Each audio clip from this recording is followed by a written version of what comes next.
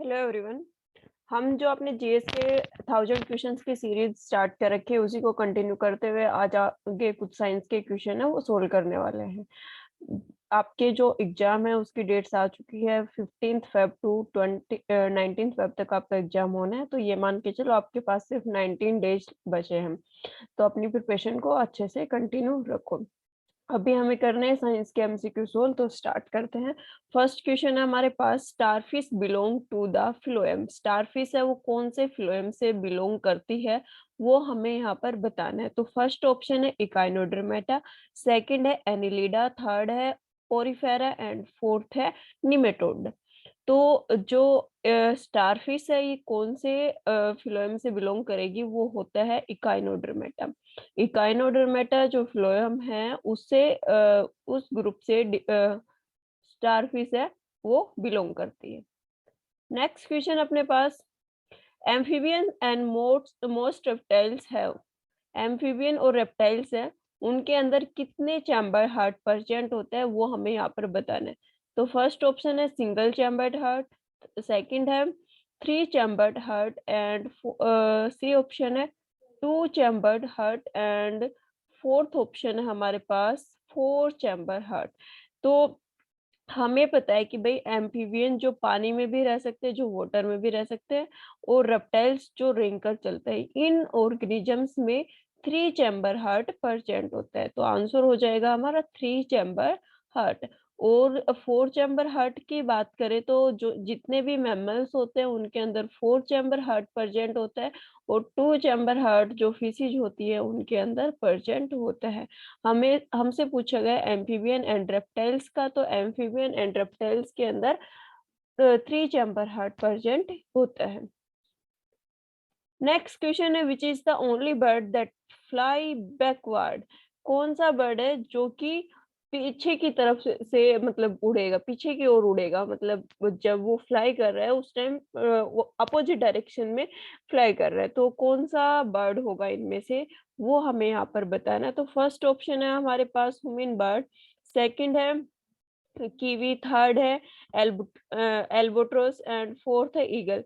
तो जो हुमिंग बर्ड होता है वो हमेशा अपोजिट डायरेक्शन में फ्लाई करता है। दूसरा एक ऐसा बर्ड बताइए जिसकी जो बीक है वो सबसे लंबी होती है, मतलब जितना उसका साइज है, जिस बर्ड का साइज है उस साइज से बड़ी उसकी चोंच है।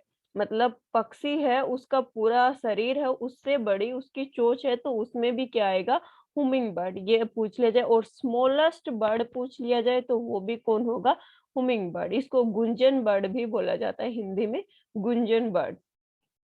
नेक्स्ट क्वेश्चन है, which one of following animal is warm blooded animal. यहाँ पे कुछ एनिमल और बर्ड्स के नाम दे रखे हैं, इनमें से वार्म ब्लडेड कौन से होंगे वो हमें यहाँ पर बताना है। तो यहाँ पे हमारे पास फर्स्ट ऑप्शन है पीजन, सेकंड है फिश, थर्ड है द फ्रॉग एंड डी है क्रोकोडाइल। तो जो पीजन है, जितने भी पक्षी होते हैं, सिर्फ पीजन नहीं, जितने भी बर्ड्स होते हैं वो वार्म ब्लडेड एनिमल होते हैं। अब ये मत बोलना कि मैम वार्म ब्लडेड का मतलब ये क्या उनका जो ब्लड है वो गर्म रहता है, ऐसा नहीं होता है। वो मतलब जो वार्म ब्लडेड एनिमल्स होते हैं उनका ब्लड अकॉर्डिंग टू जो बाहर इन्वायरमेंट चल रहा है उसके अकॉर्डिंग चेंज नहीं होता। जैसे कि कुछ एनिमल्स होते हैं जैसे कि लीजार्ड हो गई, तो जैसे सर्दी आएगी उसकी बॉडी की फंक्शनिंग चेंज हो जाती है, मौसम के अकॉर्डिंग अपने आप को वो चेंज करने की कोशिश करती है, तो वो हो गई cold blooded. Warm blooded animal है, उनके अंदर जो भी स्ट्रक्चर चल रही है, जो भी प्रोसेस चल रही है वो कंटिन्यूअसली एज इट इज चलती है। मौसम का इफेक्ट उनके ऊपर नहीं पड़ता कि सर्दी है या गर्मी है। जिन एनिमल्स के ऊपर मौसम का इफेक्ट नहीं पड़ रहा है, वेदर का कोई इफेक्ट नहीं पड़ रहा है, उनको हम बोलते हैं वार्म ब्लडेड एनिमल। और जिन जो अपने आप को बचा रहे हैं मौसम के इफेक्ट से उनको हम बोलेंगे कोल्ड ब्लडेड, क्योंकि उनकी इंटरनल स्ट्रक्चर है वो इफेक्ट होती है जैसे ही मौसम चेंज होता है। तो यहाँ पे हमसे वार्म ब्लडेड एनिमल पूछा गया है तो वो हो जाएगा पीजन, और जितने भी बर्ड्स होते हैं वो सारे के सारे वार्म ब्लडेड एनिमल्स होते हैं। नेक्स्ट क्वेश्चन है हमारे पास, what is the largest mammal. Largest सबसे बड़ा मैमल यहाँ पे हमसे पूछा गया है। तो फर्स्ट ऑप्शन है अफ्रीकन एलिफेंट, सेकंड है मेल हॉर्स, थर्ड है ब्लू व्हेल एंड फोर्थ है मेल हैमरहेड शार्क। तो जो लार्जेस्ट मैमल है वो है ब्लू व्हेल। ब्लू व्हेल है वो है लार्जेस्ट मैमल। और अगर आपसे ये पूछ लिया जाए कि विच is the largest mammal on terrestrial ecosystem, मतलब जमीन पर रहने वाला, ब्लू व्हेल तो कहाँ पे रहती है, पानी में रहती है। तो अगर ओवरऑल पूछा है और ब्लू व्हेल वहां पे ऑप्शन है तो आपको ब्लू व्हेल पे टिक करना है। अगर ये पूछ लिया जाए कि टेरेस्ट्रियल एनिमल्स में, जमीन पर रहने वाले जानवरों में सबसे बड़ा जानवर कौन सा होगा, तो वो होगा एलिफेंट। वहां पे अगर टेरेस्ट्रियल पूछा गया तो एलिफेंट, अगर ओवरऑल पूछा गया तो ब्लू व्हेल। तो अपना सी ऑप्शन है वो यहाँ पे राइट आंसर हो जाए, क्योंकि यहाँ पे ओवरऑल पूछा गया, यहाँ पे मेंशन नहीं किया गया है कि टेरेस्ट्रियल बताना है या एक्वेटिक बताना है, ये चीज यहाँ पे मेंशन नहीं की गई। नेक्स्ट क्वेश्चन है which of the following element has only one letter in its symbol. एक ऐसा एलिमेंट है जिसका सिर्फ जब हम सिंबलिक फॉर्म में उसको लिखते हैं तो सिर्फ उसका एक ही लेटर काउंट होता है। तो फर्स्ट ऑप्शन अपने पास कॉपर। कॉपर को कैसे लिखते हैं, Cu। कार्बन को C, क्लोरीन Cl और कैल्शियम Ca। ठीक है, तो यहाँ पे अपने पास एक लेटर से कौन सा आ रहा है यहाँ पे, तो कार्बन है वो सिर्फ एक लेटर है उसका सिंबॉलिक फॉर्म में। तो अपना बी ऑप्शन है वो यहाँ पे राइट आंसर हो जाएगा कि कार्बन है, उसको उसका सिंबल है वो हम वन लेटर से ही डिनोट करते हैं। नेक्स्ट क्वेश्चन है scientific study of birds is called.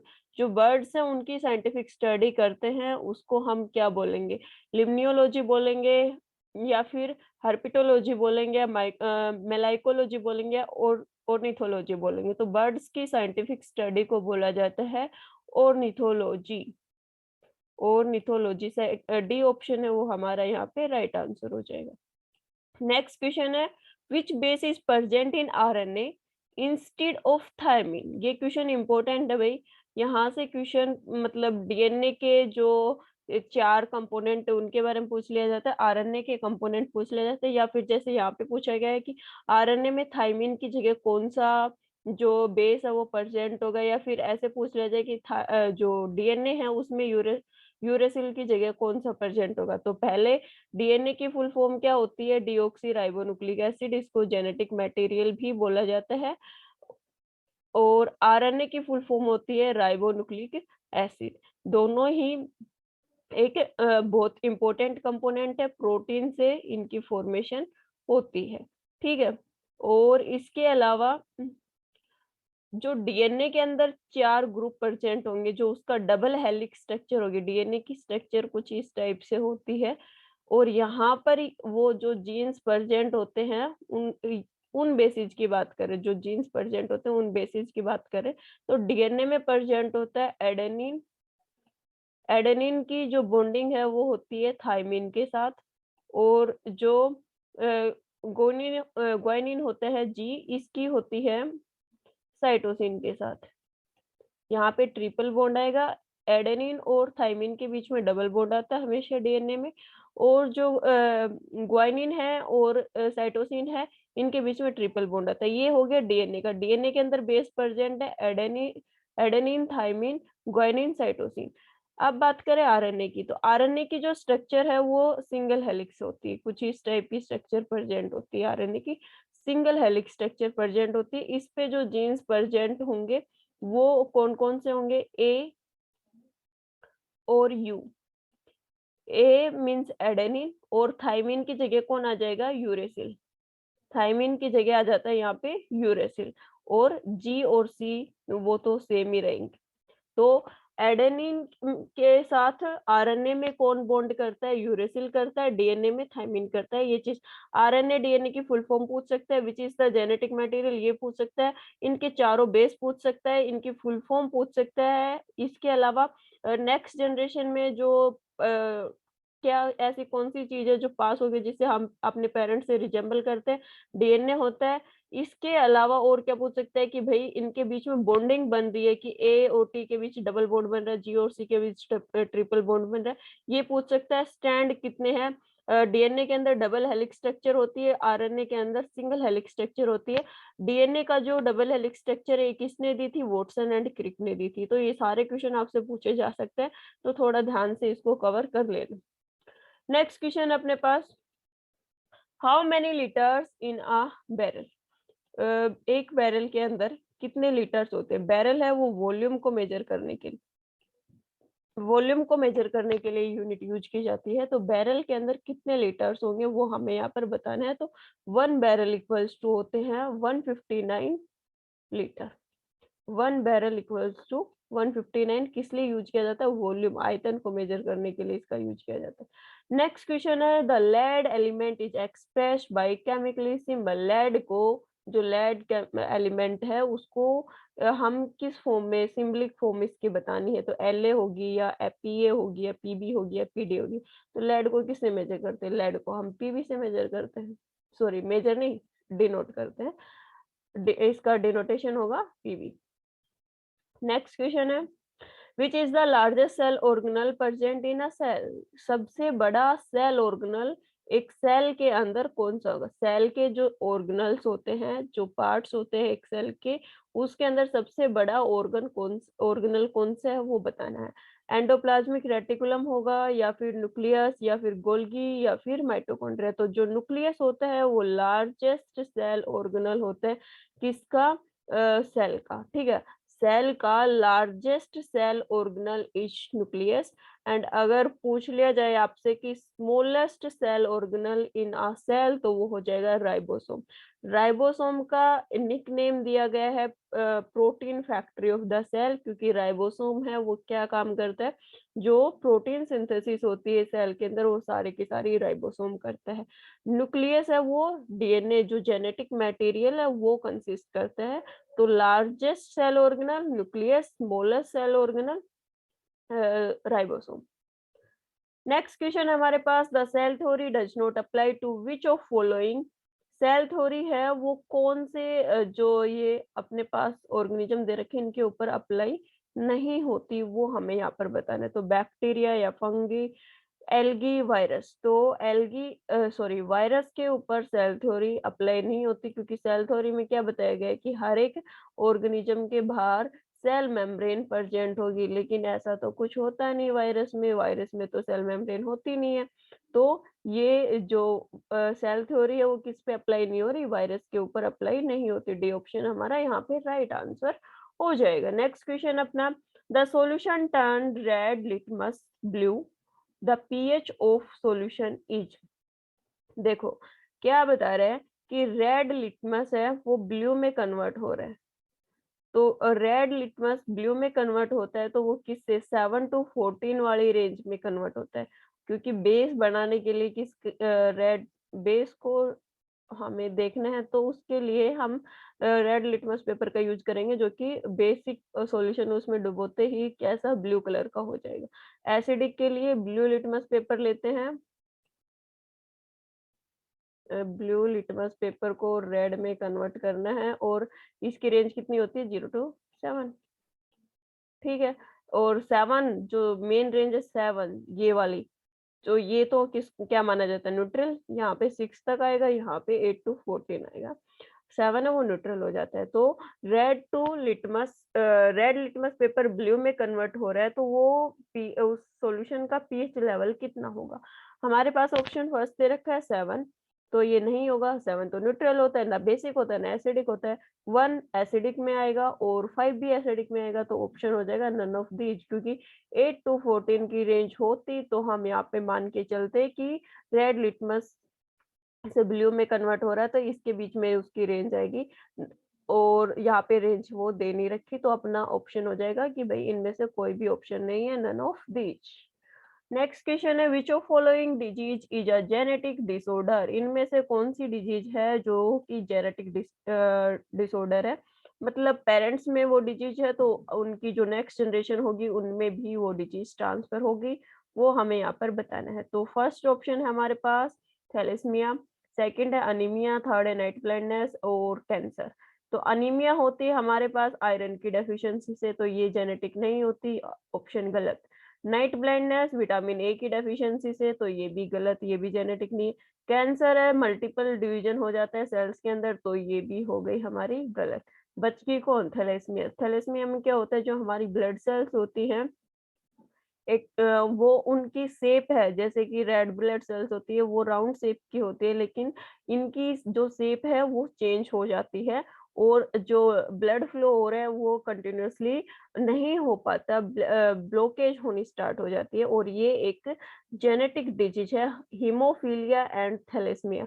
ये ब्लड सेल्स के अंदर डिसऑर्डर होता है और जेनेटिक डिजीज ये होती है, दोनों ही, हीमोफीलिया भी और थैलेसीमिया भी।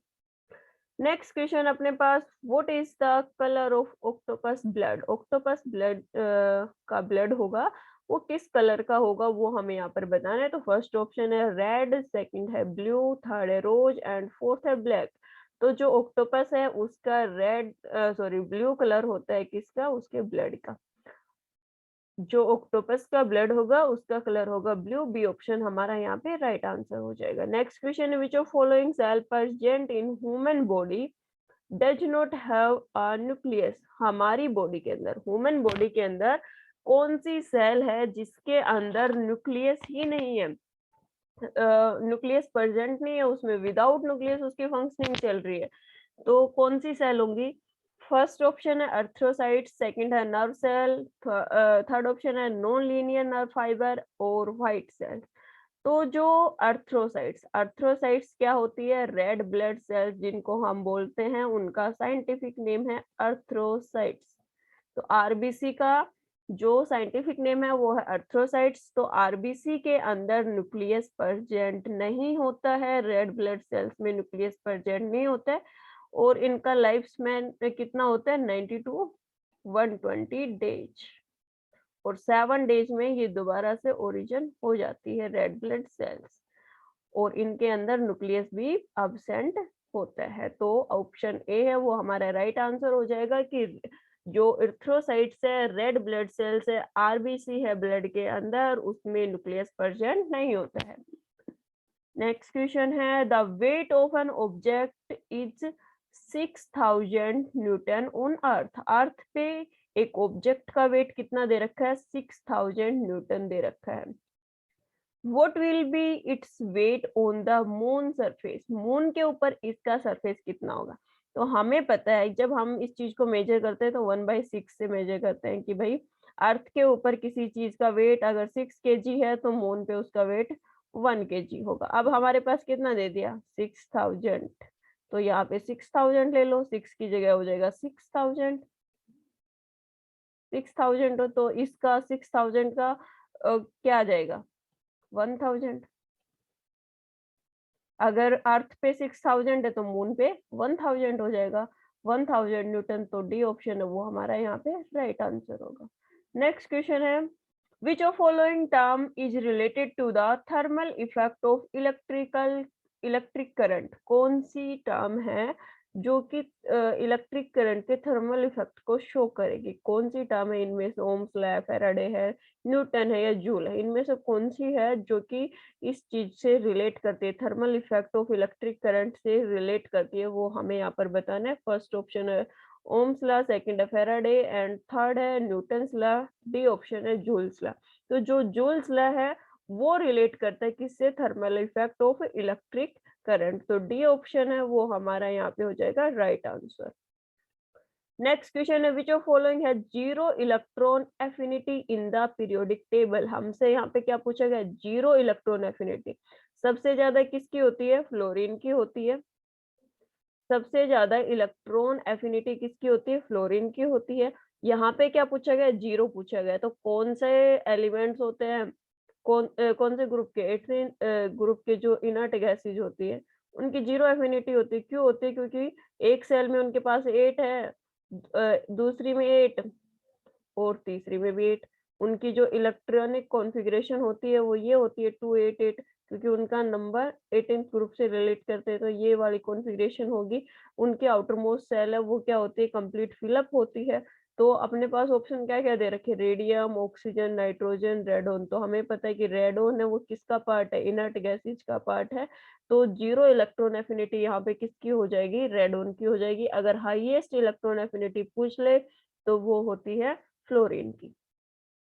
नेक्स्ट क्वेश्चन है हमारे पास, the lightest lightest element in the periodic table. Periodic table में लाइटेस्ट एलिमेंट कौन सा है वो हमें यहाँ पर बताना है। तो ए ऑप्शन है लिथियम, बी है प्लेटिनियम, थर्ड है सी है मैग्नीशियम एंड फोर्थ है एल्यूमिनियम। तो हमें पता है कि भाई लाइटेस्ट एनिमल होता है हाइड्रोजन, तो हाइड्रोजन तो हमारे पास ऑप्शन में है ही नहीं। तो हाइड्रोजन के बाद जो सेकंड लाइटेस्ट एलिमेंट है पीरियोडिक टेबल में वो है लिथियम। तो फर्स्ट ऑप्शन है हमारा वो क्या है, इसका राइट आंसर हो जाएगा lithium is the lightest element in the periodic table. Next question है, how many canines are there in adult human? कितने canines present होते हैं? टीथ की बात कर रहा, मोलर, प्रीमोलर, इंसीजर एंड कैनेन्स, उनकी बात कर रहा। तो पूछा क्या है, कैनेन्स पूछा गया, तो 2 8 6 4, तो 4 होते हैं। दो मतलब दो इस साइड में, लेफ्ट साइड में दो, राइट साइड में। जो शार्प टीथ होते हैं किसी भी चीज को टीयर अप करना है तो इन्हीं का यूज करते हैं मोस्टली हम।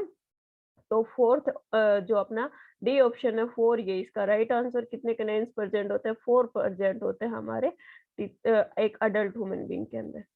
नेक्स्ट क्वेश्चन है, how many bones are in their skull open human body? जो हम ह्यूमन की स्कल्प वाला पोर्शन होता है, स्कल वाला जो खोपड़ी वाला आपका पोर्शन है, उसके अंदर कितनी हड्डियां प्रेजेंट होती है वो हमें यहाँ पर बताना है।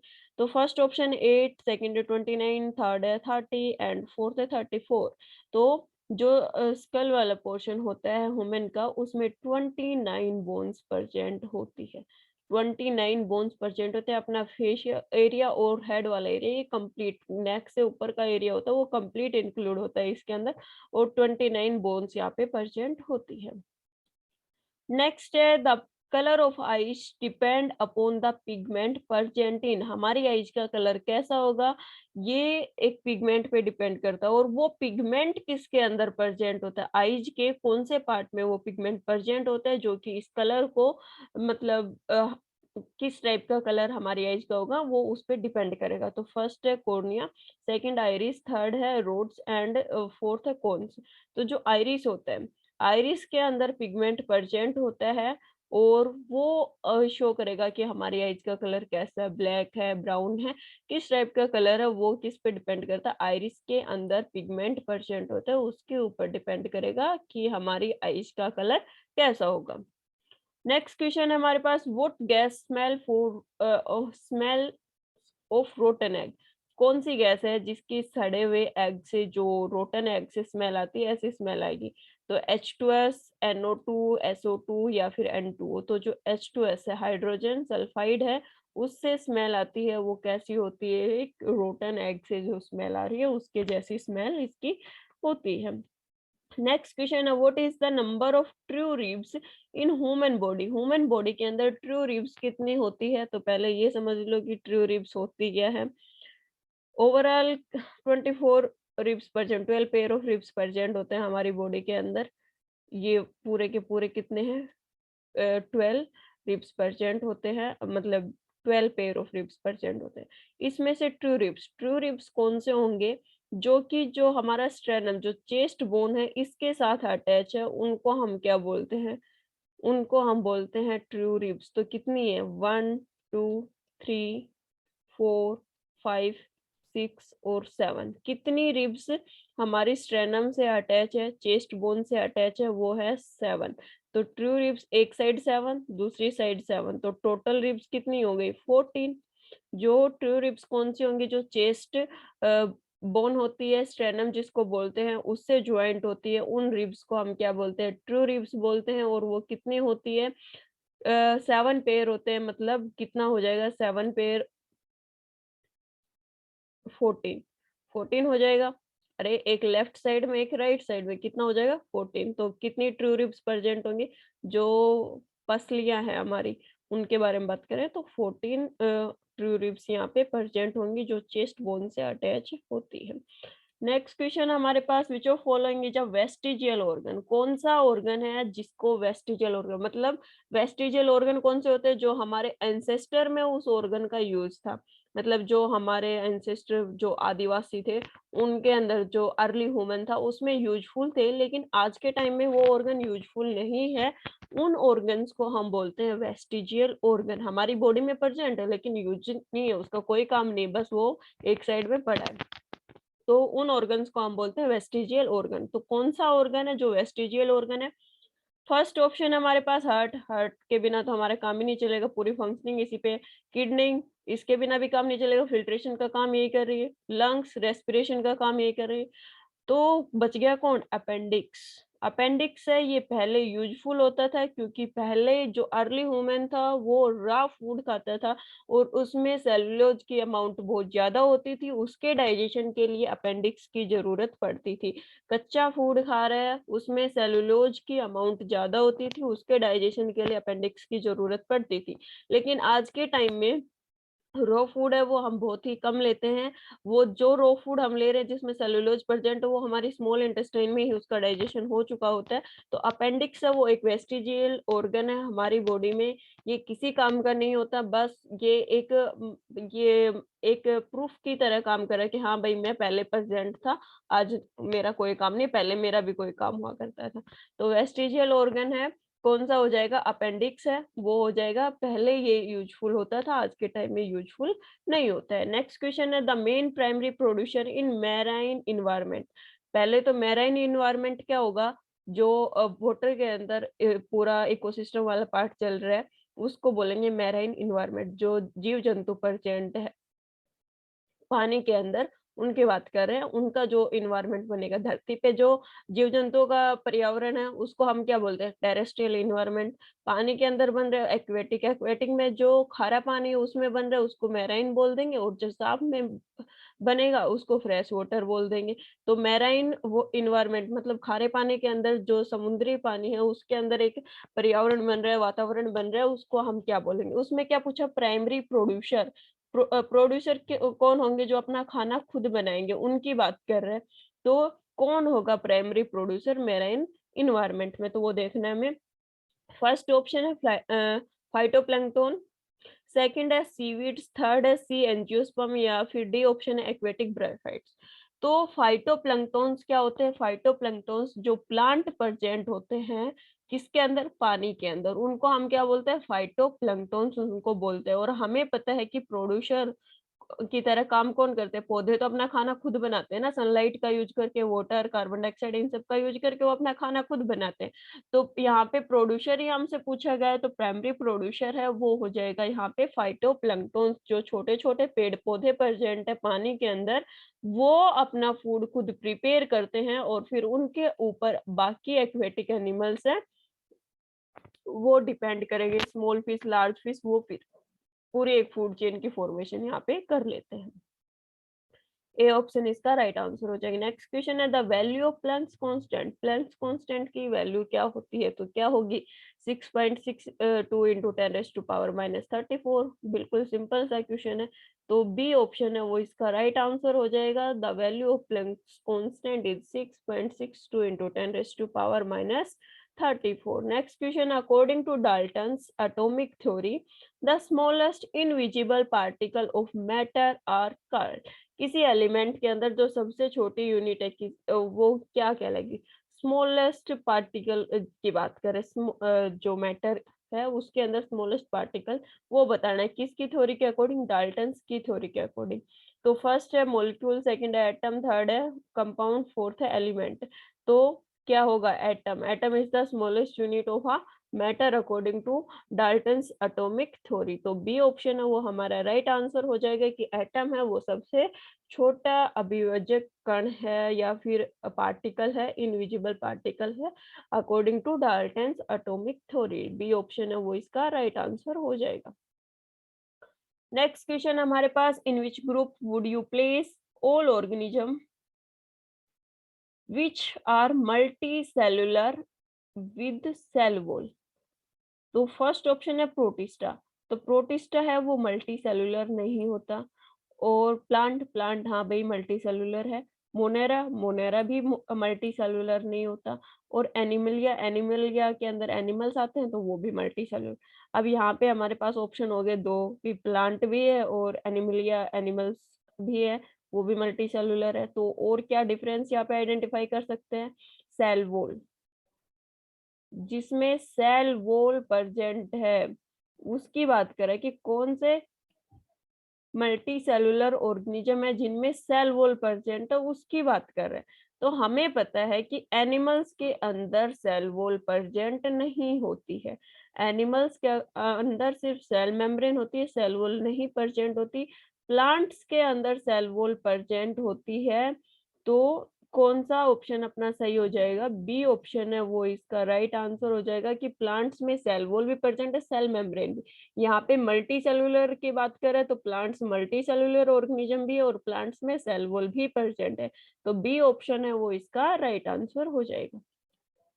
नेक्स्ट क्वेश्चन है, the organism of are immovable. कौन से ऑर्गेनिज्म है जो मूव नहीं कर सकते? पोरिफेरा, सेलेंट्रेट, प्लेटीहेल्मिन्थेस या फिर निमेटोडम। कौन से हैं जो कि मूव नहीं कर सकते? तो पोरिफेरा है वो ऑर्गेनिज्म है जो मूव नहीं कर सकते हैं।